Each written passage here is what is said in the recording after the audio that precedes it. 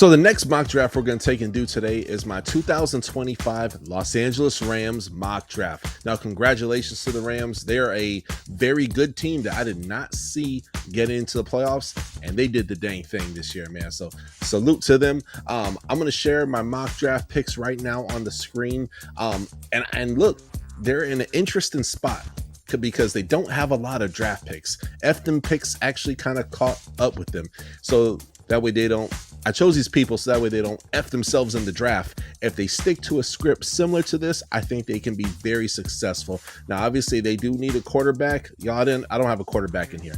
We don't have time to be, this is not a deep draft. And unless it's going to be their first pick and it's a top 10 pick, it's just a waste. So look, wait till next year. There will be probably 7 to 8 starters that you could potentially choose from.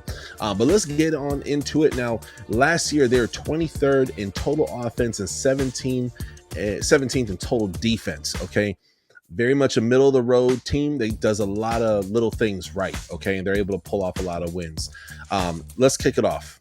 You see it on the screen. Harold Fannin Jr. Do y'all understand what this guy can do to a Rams offense? You go from a very middle of the road offense, very average offense, just kind of does enough. And thank God y'all have good coaching. But when you have a Harold Fannin, this guy has potential to be better than Antonio Gates. 1,500 yards receiving for a tight end is insane. He put the team on his back with 10 touchdowns, y'all. 13.3 yards per catch.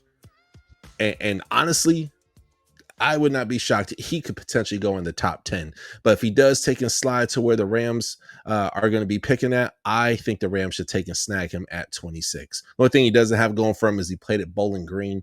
So some people, they're going to kind of crap on it because it is a MAC school. But Harold Fannin Jr. will truly, I thought about getting like Xavier Restrepo or one of those guys, but I think Harold Fannin, he truly is a generational talent. The next pick that I have at number 90 is Amari Knight, a tackle. Okay, I was talking to some of my Rams buddies, and they said, Doug, you got to put an offensive lineman, specifically a tackle. Let me tell you why Amari Knight is special. Now, if you follow... If you take and you follow UCF, I live in the Central Florida area, so I follow them pretty well. They have a guy named RJ Harvey, who is one of the best running backs in my opinion. RJ Harvey is worth a second round pick. That's just my personal opinion. He is a day one starter in the NFL, but he doesn't just run the ball himself. I mean, guys, check this out. He runs right off the tackle. This guy specifically, he was graded at 83.6 in pass blocking according to PFF, the best among offensive linemen on the team. So he's literally the best offensive lineman on the team, and he even helps the Knights rank 4th nationally in rushing, 4th with 228 rushing yards per game. And then additionally, UCF was 8th in the nation in total offense with 487 yards per game. He started all 13. He appeared in all 13 games and started the last 10 games at right tackle. He can play left tackle as well, too. So that is important to note as well. Okay. The next person I want to talk about is Kobe Bryant. Kobe Bryant is such a beast. I think out of all the DBs, he is probably my favorite. Like, he could line up in the slot. He could go on the edge. He is probably my favorite all-around DB in this year's draft. Probably my favorite. 7 pass deflections, 1 forced fumble, 26 solo tackles, and 4 interceptions. Okay. Now, shout out to my guy, Cam Lampkin. I actually interviewed him. He's on the Rams right now. I want to see what he can do. I think that's a guy who does take a leap as well. But and having Bryant there, dude, that's going to really update that secondary. And again, I want to regurgitate 23rd in total offense, 17th in total defense. Okay. If y'all stick to the script, you could jump up several points in both categories and potentially even make a further playoff run. Who knows? Maybe Matthew Stafford could go out with a big bang and win a Super Bowl. Who knows? But the next pick I want to take and talk about is Danny Strigo. Now, Danny, I saw in person. I've interviewed Danny. I know Danny personally. I met him at the Hula Bowl. He did so well there. He did amazing. This guy was absolutely balling. He did so well. He got selected to the Reese's Bowl. He gets there the day before because he was not on the original roster. They're like, oh, snap, this guy is out here. He's not in the Reese's Bowl? Yeah. let's bring him over. So they bring Danny over, and he actually got a sack in this last weekend's game. So he balls out at the Hula Bowl, balls out the Reese Senior Bowl.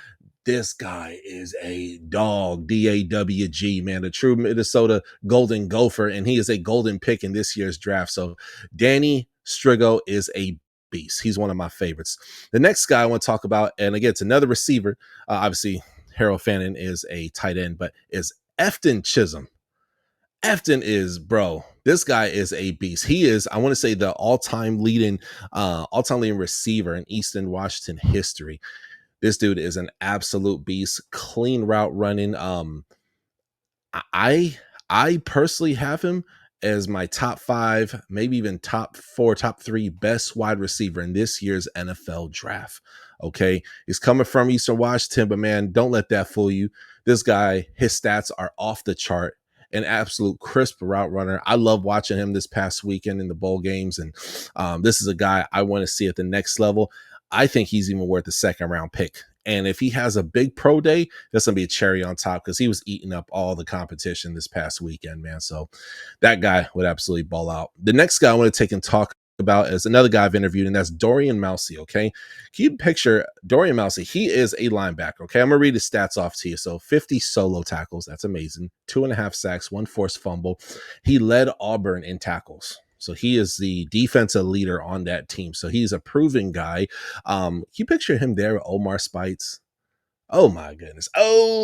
Plus with the let me put it this way: if y'all draft like what I have in this mock draft, I'm calling it right now. Rams are a top 10 defense. I said it.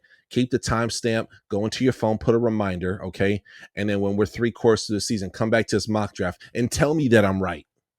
If that happens. I'm no Nostradamus. But yeah, man. So anyway, that is my mock draft. Okay, not a whole lot to see here, folks. There's literally only 6 picks. You want to try to hit as much as possible. This draft is not deep in quarterbacks, okay? There are quarterbacks that I like, okay? And I think some of them, they'll probably bring in somebody for a UDFA spot or something like that. I really like the guy from North Dakota State. I like him a lot.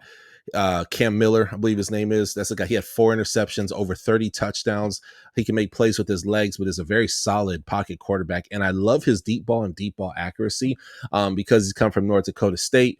Look, the last 2 quarterbacks that come from that school, they had, well, one of them, well, they're both still in the NFL, but they didn't have really the best careers, just in my opinion.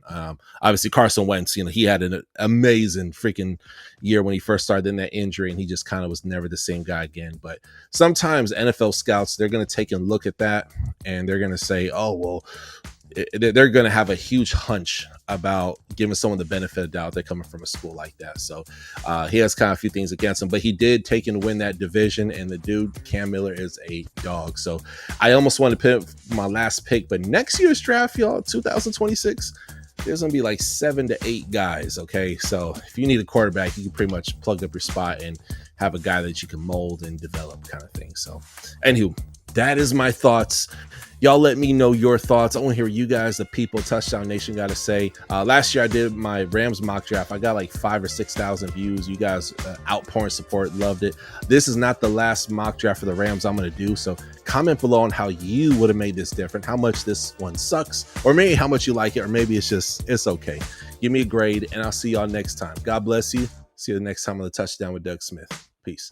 Thank you for watching another episode of the Touchdown with Doug Smith, where we have exclusive NFL content and exclusive NFL interviews. Be sure to hit that like and that subscribe button. Follow us on social media. See you on the next one.